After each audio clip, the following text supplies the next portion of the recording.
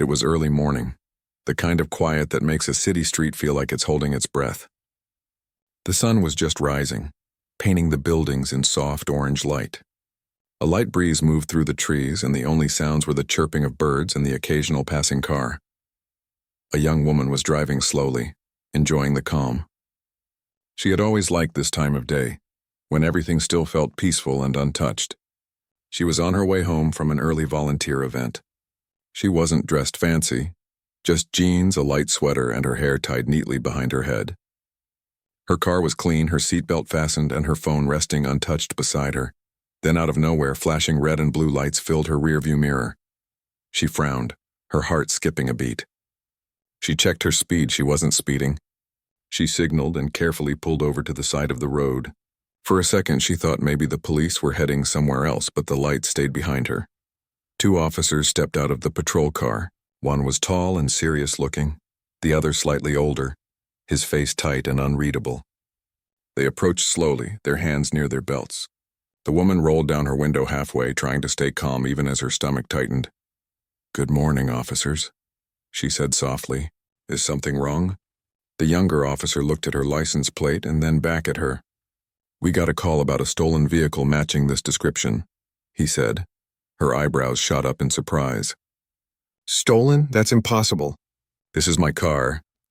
License and registration," the older officer said curtly. "Of course," she said, reaching for her bag slowly. She remembered the stories, how even the simplest movement could be misunderstood. Her voice stayed calm, steady, though she could feel her pulse racing. She took out her driver's license and registration, handing them over with trembling fingers. The younger officer glanced at them and then at her. "Where are you headed this morning?" "Just home," she said. "I was volunteering at the community center downtown." The older officer stepped closer, peering inside the car as if expecting to find something suspicious. "Mind stepping out of the vehicle?" he said. She blinked. "Out? But why? I just told you, this is my car." "Ma'am, please step out," the younger officer repeated, though his tone was less harsh. Her throat tightened. She looked around. There were a few people on the sidewalk now, watching. A man walking his dog slowed down, frowning as he saw what was happening. Another person across the street lifted a phone, starting to record. The woman took a deep breath and slowly opened her door. Her voice shook slightly as she said, "I don't understand what's going on. I haven't done anything wrong." "Hands where I can see them," the older officer snapped. Her eyes widened. "What? I'm not— Now!" he barked.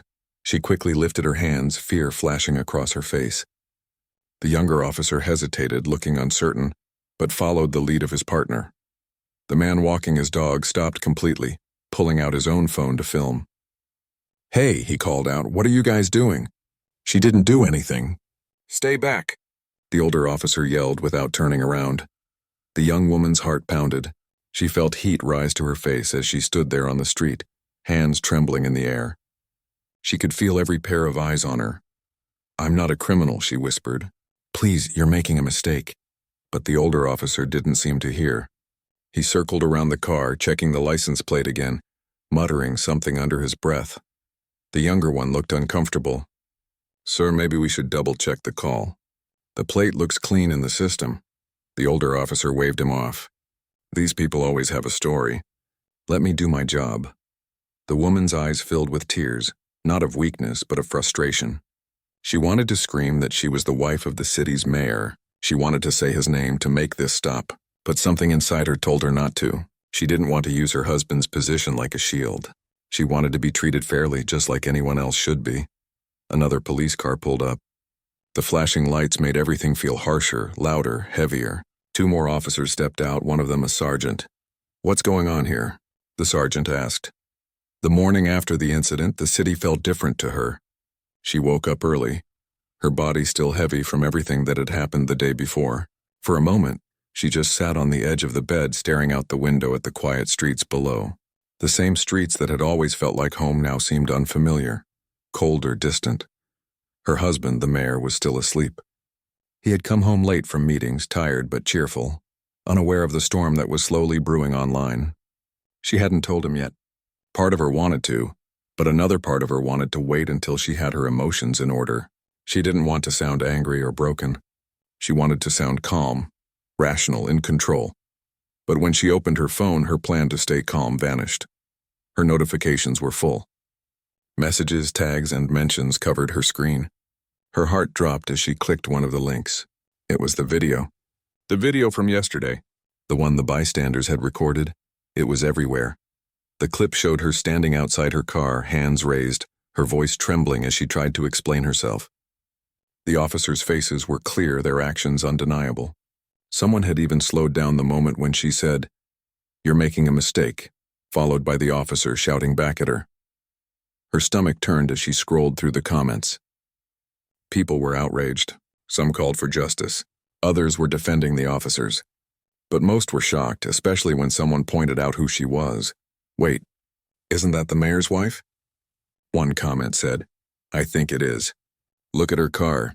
That's the same one from the charity event last week." Oh, this is gonna explode, and it did. Within hours, the video had been shared by local news pages and picked up by national ones. The headlines varied, but they all carried the same weight.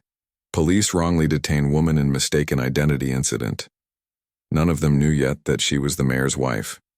She put her phone down and took a deep breath. Her hands were shaking again. She felt that same pressure in her chest she had felt on the street, the mix of fear, embarrassment, and helplessness. But now there was something else too, frustration. She had done everything right. She had stayed calm, followed orders, been polite, and still, she had been treated like she was guilty just for existing. Downstairs, she heard footsteps. Her husband entered the kitchen, still half asleep. He smiled when he saw her. "You're up early," he said, pouring himself some coffee.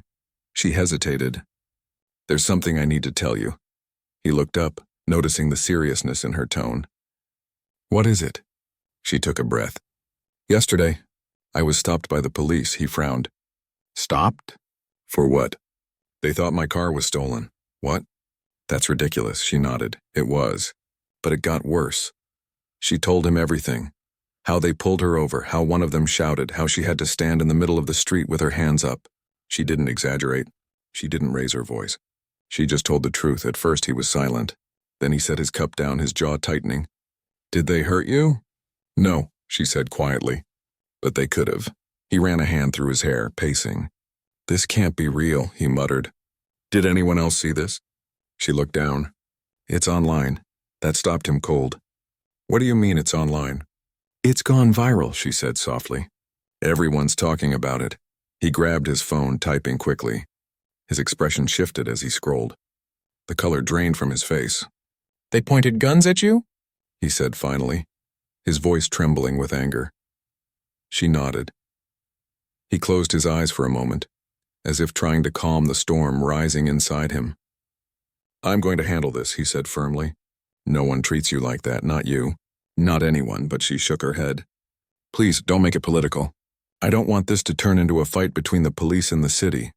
"It's already that," he said, his voice low but fierce. "They humiliated you and now it's public. The people deserve to know how broken this system is." Before she could respond, his phone started buzzing again. Calls, messages, news alerts. It was spreading faster than either of them could process. Within an hour, the mayor's office was in chaos.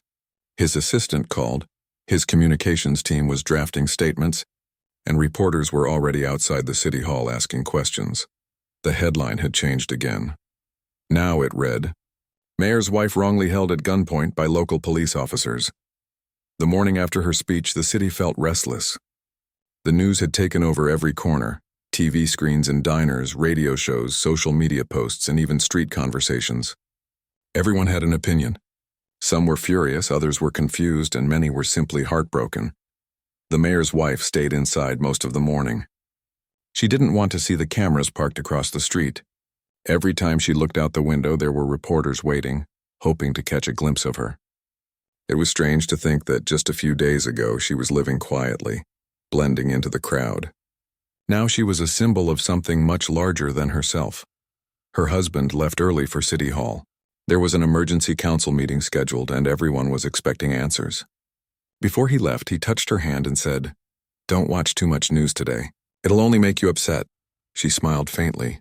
"Just promise me you'll stay calm in there." He nodded, but she could see the tension behind his eyes. At City Hall, the atmosphere was tight. Reporters filled the lobby and security guards tried to keep things orderly. Inside the council chamber, the mayor sat at the long wooden table, facing other city leaders, the police chief, and the head of public relations. The police chief looked tired. He'd barely slept since the video came out. "We're cooperating fully with the investigation," he said. "The officers involved have been placed on leave while we review body cam footage." One of the council members leaned forward. "Chief, let's be honest. The city is angry. People are out there marching right now. They want to see action, not paperwork." The mayor didn't speak for a moment.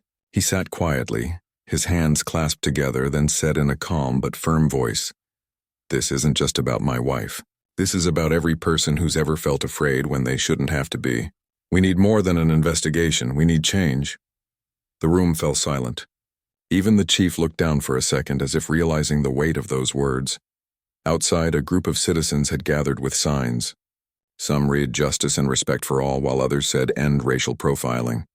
The air was heavy but peaceful. People weren't there to cause trouble. They were there to be heard. Meanwhile, at home, the mayor's wife sat on the couch scrolling through messages. Most were kind, strangers writing to say they supported her or thanking her for speaking out. But a few were harsh, blaming her for making things worse. She sighed and put her phone down. It was strange how people could watch the same video and still see two different things. Some saw fear and injustice. Others saw someone they thought was overreacting. She decided to step outside for a bit of air. As she walked to her garden, her neighbor, an older woman, waved from across the fence. "You're brave," she said softly. "Don't let them silence you." Those few words gave her strength. She realized she didn't have to carry this alone. Later that afternoon, the police department released a short statement.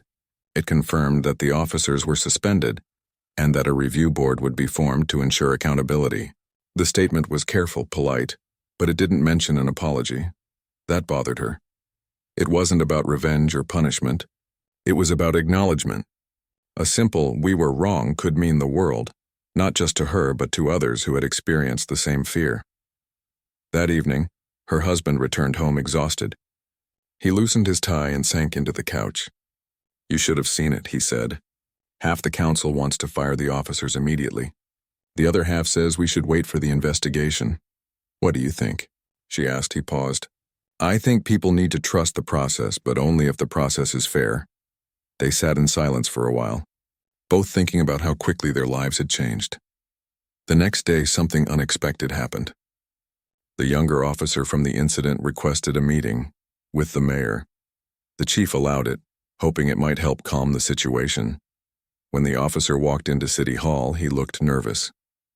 His uniform was neat, but his eyes were tired. The mayor invited him to sit. "I know who you are," the mayor said evenly. "You were there that day." "Yes, sir." There was a pause. The mayor's voice stayed calm, but his words carried weight. "Why didn't you stop it?" The officer swallowed hard. "I wanted to, sir. I really did. But everything happened so fast. My partner was giving orders and I froze. I thought maybe he was right that she matched the suspect's car. But the moment I realized who she was," he stopped, guilt clear on his face. "I knew it was wrong. I've been thinking about it every day since." The mayor studied him quietly. "You understand what could have happened, don't you?" A few weeks passed since the city meeting, but the air still carried tension. Though the noise of the protests had faded, the weight of that day still lingered. People were watching, waiting to see what the city's leaders would actually do after all the promises. The mayor's wife tried to return to normal life, but normal felt different now. Every time she went outside, someone would recognize her. Sometimes it was a kind smile, sometimes a quiet nod of respect, but every gesture reminded her that she was no longer just herself. She was a story people told. She missed being invisible. One morning, as she watered her plants, her husband came out holding a folder. His eyes looked tired, but his tone was calm. "The investigation report came in," he said. Her heart skipped. "And they found misconduct," he said. "Both officers will face disciplinary hearings. The younger one may keep his badge under probation, but the older officer, he's likely to be dismissed." She stood quietly, unsure how to feel. A part of her was relieved that there was accountability, but another part felt strangely sad. Not because she thought they deserved to be spared, but because she knew that behind those uniforms were human beings who had let fear and prejudice guide them. "What happens next?" she asked softly. Her husband sighed. "That's the hard part. The union will fight it, the media will twist it, and people will argue online. But at least the truth is in the open now." She nodded. The truth always finds a way out. That afternoon, the story broke. Every news station in the city covered it. Headlines flashed across screens. Investigation finds officer violated protocol in mayor's wife incident. Outside City Hall, reporters gathered again, asking questions and pointing microphones at anyone who looked official. Some citizens cheered the decision, saying it was proof that justice worked. Others complained that the officers were being made examples of. As always, the city was split. The mayor's wife stayed home, watching quietly. She saw clips of herself from that night again, the flashing lights, the shouting, the fear in her eyes, and she felt her chest tighten. No matter how many times she saw it, that memory still hurt. Her husband came home later that evening, his phone still buzzing with messages. "You wouldn't believe how many people are calling this a turning point," he said. "Some are even asking you to come speak again." She shook her head. "I'm not sure I want to do that. Every time I talk, someone turns it into politics. I just wanted people to see the truth." He looked at her gently. "That's exactly why your voice matters." She thought about it for a long moment. Then she said quietly, "Maybe one more time." 2 days later, she stood again at a podium in front of City Hall. But this time, there weren't cameras flashing in her face or crowds shouting. The gathering was smaller, more peaceful. Some were city officials, some police officers, and many ordinary citizens who just wanted to listen. She began slowly, her tone steady, but warm. "I know this story has gone farther than I ever expected," she said, "but I want to make something clear. This isn't just my story. It belongs to every person who's ever been afraid without reason, and to every officer who still believes in doing what's right." She paused and looked around. "I don't hate the men who pointed guns at me. I hate the system that taught them to see danger where there was none." There was silence for a moment, the kind that comes when people are really listening. Then she continued, "We can't fix the past, but we can choose how to move forward. That means new training, better communication, and more heart. Because laws can change rules, but only empathy can change minds." When she finished, the crowd stood in quiet applause. There were no loud cheers or shouts, just the kind of clapping that comes from respect. After the speech, a woman approached her, someone she didn't know. She looked to be in her 50s, dressed in a simple uniform with a police badge on her chest. "Ma'am," she said softly, "I just wanted to say thank you. My daughter saw your speech last month. She's studying to become an officer, and she told me she wants to do it differently, with more compassion." "You gave her that?" The mayor's wife smiled gently. "That means more than you know." Moments like that reminded her why she kept speaking. It wasn't about the headlines anymore. It was about the quiet changes, the small shifts in hearts that over time could move mountains. Months passed since that life-changing night and the whirlwind that followed. The city was quieter now, calmer, but under that calm was something new, a slow, steady movement toward understanding. It wasn't loud or flashy, and it didn't make the front pages anymore. It lived in smaller moments, a wave between neighbors, a longer conversation between strangers, a pause before judgment. The mayor's wife had learned to live with what happened. The fear had faded, but it left behind something stronger: resolve. She still carried the memory with her, but instead of it being a wound, it had become a reason to keep talking, to keep reaching out, to keep reminding people that compassion mattered more than pride. Her days returned to routine, but they were never quite the same. She now volunteered every week at a youth center that worked with teenagers from different backgrounds. Some of them had been in trouble with the law. Some had parents who worked in law enforcement. It was a mix that sometimes sparked arguments, but she liked that. It meant people were talking. One day after a workshop, a young boy came up to her. He was quiet, his voice barely above a whisper. "Miss," he said, "my brother was scared of the police for a long time. But after seeing you and the mayor talk on TV, he said, maybe they're not all bad. He wants to be one now, but a good one." Her heart warmed. "Tell him he can be," she said. "That's exactly how change starts, one good person at a time." She thought about how different things could have been if kindness had been shown that night instead of suspicion. The lesson was simple, but it took pain to see it clearly. Her husband, the mayor, often said the same thing at his meetings now. He had started pushing for a new training program in the police department, one that focused not just on tactics but on empathy. You can't serve a community you don't understand, he told them. You can't protect people if you're afraid of them. Some officers resisted at first, rolling their eyes or calling it unnecessary. But little by little, a few began to listen. They shared their own fears, their own mistakes.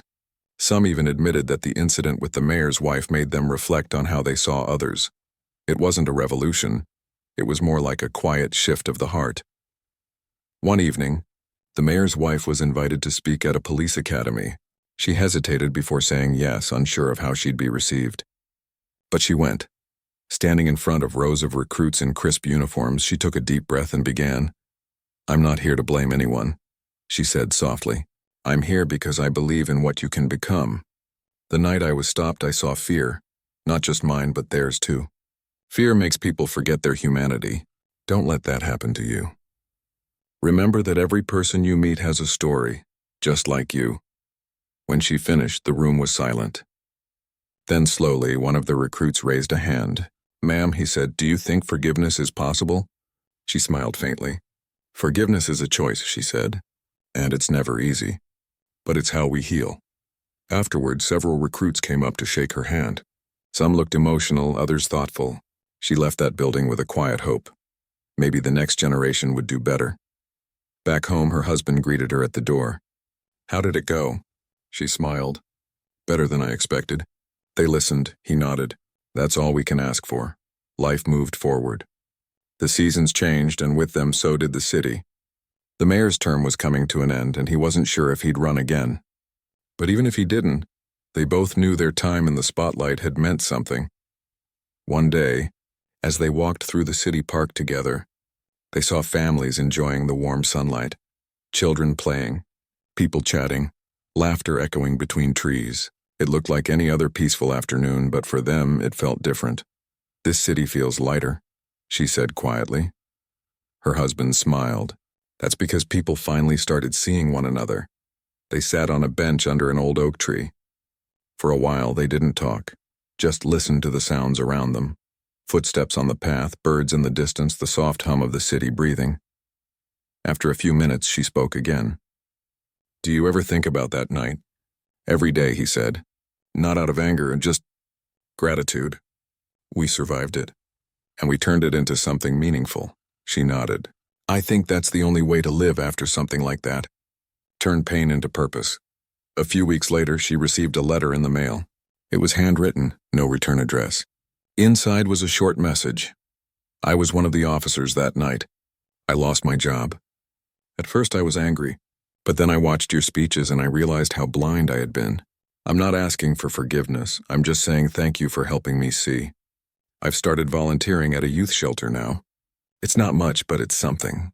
I hope you're doing well." She read it twice, tears filling her eyes.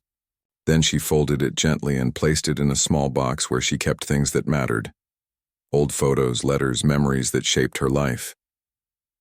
Later that evening, she told her husband about it. He read the letter and stayed quiet for a moment. "That's change," he said finally. "Real change," she smiled softly. "Maybe that's all I ever wanted." Months turned into a year. The city's relationship with its police improved, little by little. There were still problems, and no city was perfect, but there was dialogue now, a willingness to face hard truths. The mayor's wife continued her work, speaking at schools, churches, and community centers. She told her story not to gain sympathy, but to remind people of the power of humanity. One day, during a radio interview, the host asked her, "If you could go back and stop that night from happening, would you?" She paused. "I used to wish I could," she said, "but now I don't think so. Because it taught me, and it taught this city, what fear can destroy, and what empathy can rebuild." The host nodded quietly. The interview ended, but her words lingered long after the show went off air. A few weeks later, she attended a ceremony at City Hall. The council had decided to create a new initiative, a community outreach program named after her. focused on dialogue and understanding between citizens and police. When they unveiled the plaque with her name on it, she felt a wave of emotion. She hadn't done it for recognition, but standing there, surrounded by people clapping, she realized how far they had all come. Her husband whispered, "You changed the city." She smiled. "No," she said softly. "The city changed itself. I just told the truth." After the ceremony, as they walked outside, the sky was turning golden with sunset. The same city that once echoed with anger now buzzed with laughter and calm conversation. It wasn't perfect, but it was alive. They walked down the steps together, hand in hand. The mayor's wife looked out at the skyline, the buildings glowing in the evening light. She thought of the people she'd met. The boy who wanted to be a good officer, the woman whose daughter was inspired, the officer who wrote the letter. All of them, pieces of a larger story, her story, their story. And as she stood there, she realized something simple but powerful. The world doesn't change through grand speeches or sudden revolutions. It changes through small, brave choices. The choice to listen, the choice to forgive, the choice to try again. That night back at home, she sat by the window, watching the city lights flicker like stars. Her husband was already asleep, tired from another long day. She smiled softly, feeling the quiet peace that comes from knowing you've done something that mattered. Before turning off the lamp, she whispered to herself, "It's not about what happened to me. It's about what we learned from it." And with that, she closed her eyes, letting the soft hum of the city fill the room. Outside, the world kept moving, imperfect, complicated, but full of promise. And somewhere out there, people were still learning, still changing, still choosing kindness over fear.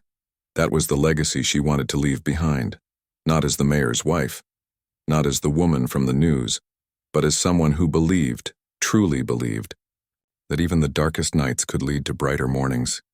That night, back at home, she sat with her husband on the porch. The summer air was warm, the sky painted with orange and purple light. For the first time in weeks, the city felt calm. "You think it'll really change things?" she asked. He leaned back in his chair. "Change doesn't happen in one day, but it starts with one honest story. Yours did that." She looked down at her hands, still feeling that mix of sadness and pride. "I just hope it lasts." A few days later, the police department held a press conference of its own. The new statement was different this time. The chief spoke not like a bureaucrat, but like a man trying to make amends. "What happened that night was unacceptable," he said plainly. "It does not represent who we strive to be. We are committed to reform, to listening and to learning, and to the woman who experienced fear because of our failure. We apologize." It was the first time anyone had said the words out loud. "We apologize." When she heard it, she felt tears fill her eyes. Not because it erased what happened, but because it finally acknowledged it. In the following weeks, small but real changes began. Officers started attending community workshops. Local schools invited police to speak not as authority figures, but as neighbors. People began to see one another again. There were still arguments. Still people who refused to believe racism existed. Still those who said it was just a mistake. But slowly, the tone of the conversation began to shift. One evening, while shopping for groceries, the mayor's wife ran into the younger officer, the one who had frozen that night. He wasn't in uniform. He looked nervous when he saw her. "Ma'am," he said quietly, "I didn't expect to see you here." She smiled faintly. "Life's full of surprises," he hesitated, then said, "I wanted to tell you, I'm leaving the force. Not because I hate it, but because I think I can do more good outside of it. I'm going to work with a nonprofit that teaches young officers about bias and empathy." Her expression softened. "That's brave," she said. He nodded slowly. "You made me see things differently. I just wanted you to know that." They parted ways in silence, but it was a good silence, one filled with understanding.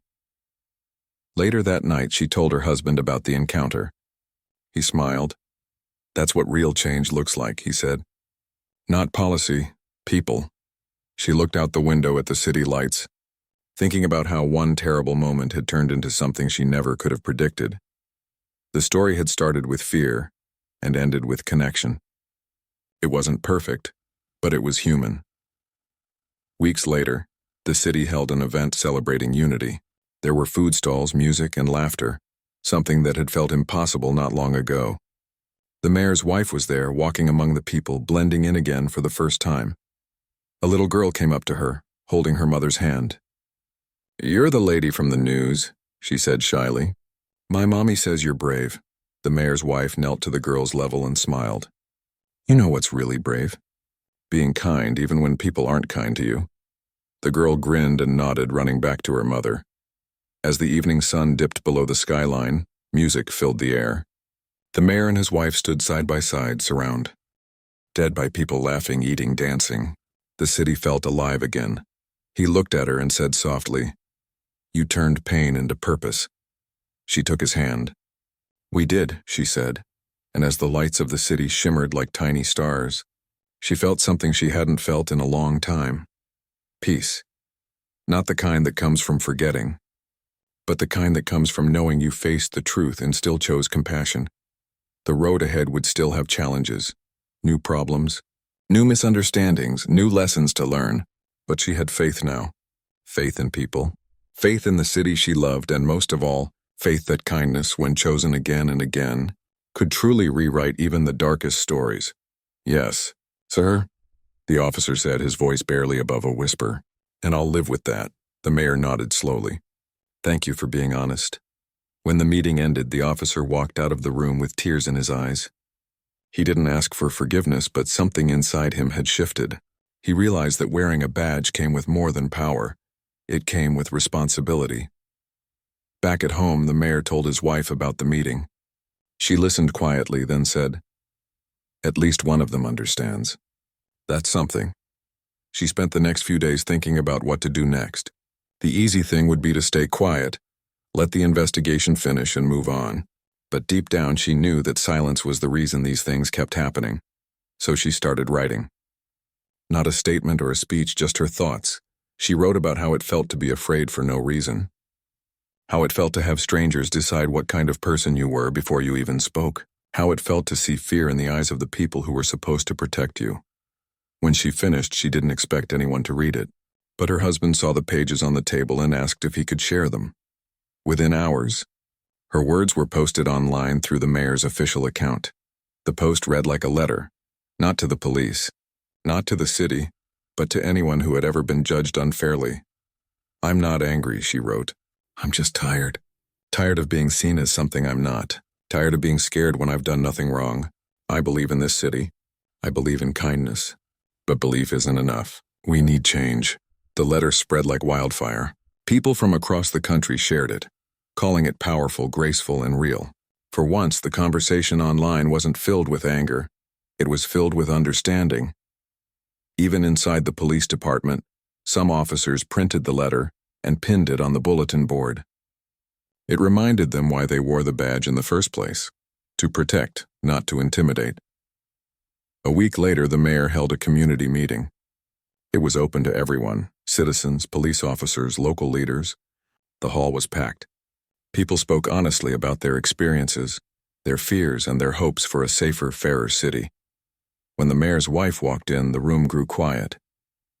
Many stood to clap for her. She didn't expect it, but it moved her deeply. She spoke again, but this time her voice was stronger. "I don't want this story to end with me," she said. "I want it to start with us." "Let this be the moment we decide to see each other differently. Not as threats, not as strangers, but as people." The crowd erupted in applause. Even a few police officers nodded, their faces soft with reflection. Later that night, as she and her husband drove home, the city looked peaceful again. Streetlights glowed softly and the roads were quiet. He glanced at her. "You've done more for this city in a week than most people do in a lifetime," he said. She smiled faintly. "I just told the truth." He reached over and took her hand. Sometimes that's all it takes. At home, she stood on the porch for a moment, breathing in the cool night air. For the first time in days, she felt light. Not because everything was fixed, it wasn't, but because she knew that something good had begun. Across town, the police chief sat at his desk, drafting new policies about training and community outreach. The younger officer had volunteered to lead one of the new programs. The older one was still under review, but even he seemed quieter now, more thoughtful. The story that started as a moment of fear had turned into something else, a spark of change, a reminder that humanity still mattered more than pride or power.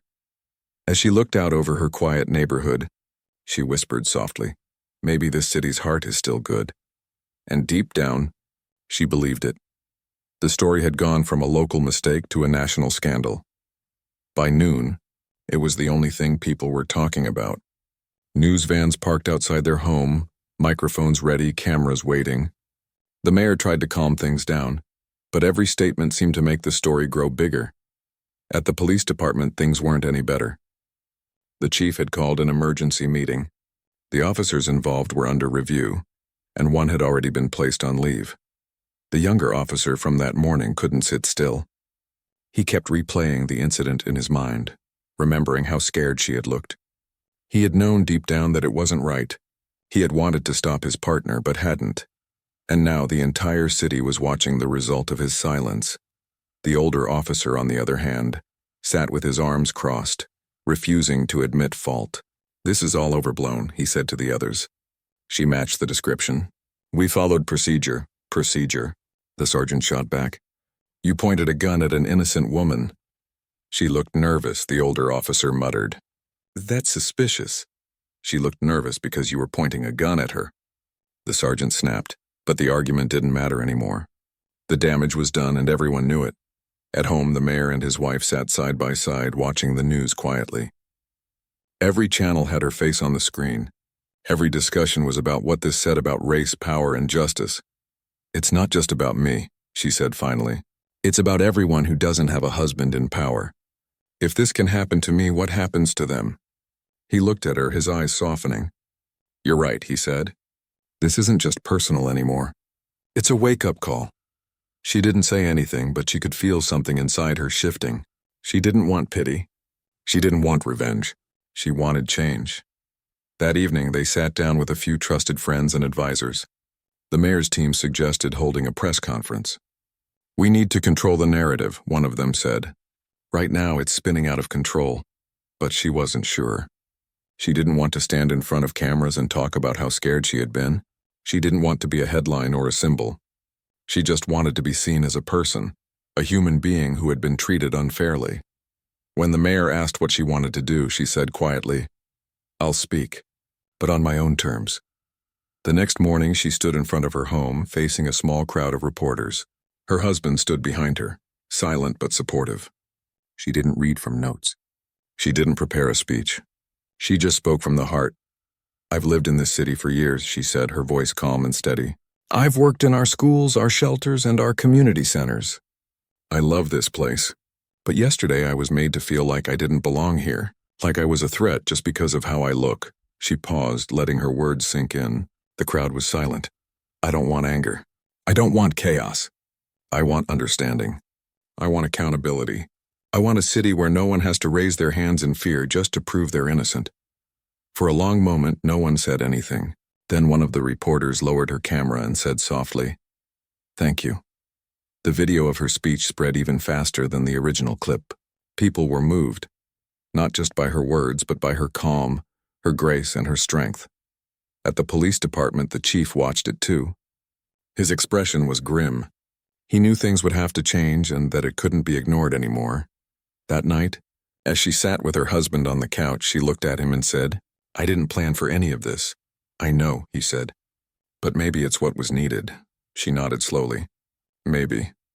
Outside, the city lights glowed against the dark sky. Somewhere downtown, people were still talking, still sharing her story. And though she didn't know what would happen next, she felt something she hadn't felt in days. Hope. Because sometimes, even the most painful moments can spark something bigger. Something that forces people to open their eyes. And this was only the beginning. The younger officer looked relieved to see him. "We stopped her because of a report about a stolen car, but the plates check out. She's got valid ID and registration." The sergeant frowned. "Then why is she out of the car?" The older officer didn't answer. He just kept his arms crossed, staring at the woman like she'd done something terrible. The sergeant sighed, walking closer. "Ma'am, are you all right?" She nodded, though her voice cracked a little. "I'm fine, just confused." The sergeant turned sharply to the older officer. "You got a name for this suspect we're supposedly looking for?" The older man shifted. "Dispatch said." "Don't quote dispatch," the sergeant interrupted. Check again. The younger officer hurried back to the car to verify. A moment later, he called out, Sir? The suspect's car is a silver sedan. This is a blue hybrid. The sergeant closed his eyes briefly, clearly frustrated. Then what are we doing here? Silence hung in the air for a moment. The people recording whispered among themselves, some shaking their heads. The sergeant turned to the woman again, his voice softer. Ma'am, I'm so sorry about this. It seems there's been a mistake. She let out a long breath, trying to steady herself. A mistake? She said quietly. You pointed guns at me. The sergeant's expression fee. Oh, he didn't have an answer for that. One of the bystanders called out, That's right. We saw it all. You had her scared for no reason. The sergeant raised his hand slightly, trying to calm everyone down. I understand, and I'll handle it. He turned back to her. I'll make sure this is properly reviewed. But the damage was already done. The woman's hands were still shaking as she got back into her car. Her eyes burned with emotion, though she kept her face composed. The younger officer walked over to her window, his voice low. Ma'am, I'm really sorry. I didn't mean for it to go like that. She looked at him for a long second. You could have stopped it, she said quietly. You saw it was wrong. He lowered his gaze, unable to respond. She started the car and drove off slowly, her heart still pounding. As she turned the corner, the crowd's murmurs faded behind her. Inside the police car, the sergeant glared at the older officer. You just made a mess of everything, he said sharply. Do you realize what this looks like? You pulled over an innocent woman in broad daylight on camera and treated her like a threat. She matched the description, the older officer muttered, but his voice lacked conviction. No, the sergeant replied coldly. You saw what you wanted to see. By the time the woman got home, her phone was buzzing with messages. She didn't know yet that the video was already spreading online, being shared and discussed by thousands. People were outraged. Some recognized the neighborhood. Some recognized her. She sat quietly in her driveway, staring at the steering wheel. A mix of anger and sadness filled her. It wasn't the first time she'd faced unfairness, but this time it had gone too far. Her husband, the mayor, was still in meetings across town, unaware of what had just happened. She thought about calling him, but stopped herself. Not yet. She didn't want this to turn into a political storm. She needed to think. She stepped out of the car, walked into her house, and sat down at the kitchen table. The house was silent except for the faint hum of the refrigerator. She pressed her palms together and closed her eyes, taking a slow breath. She wanted to believe that this would be resolved quietly, that the truth would be enough. But deep down, she knew things like this never stayed quiet for long.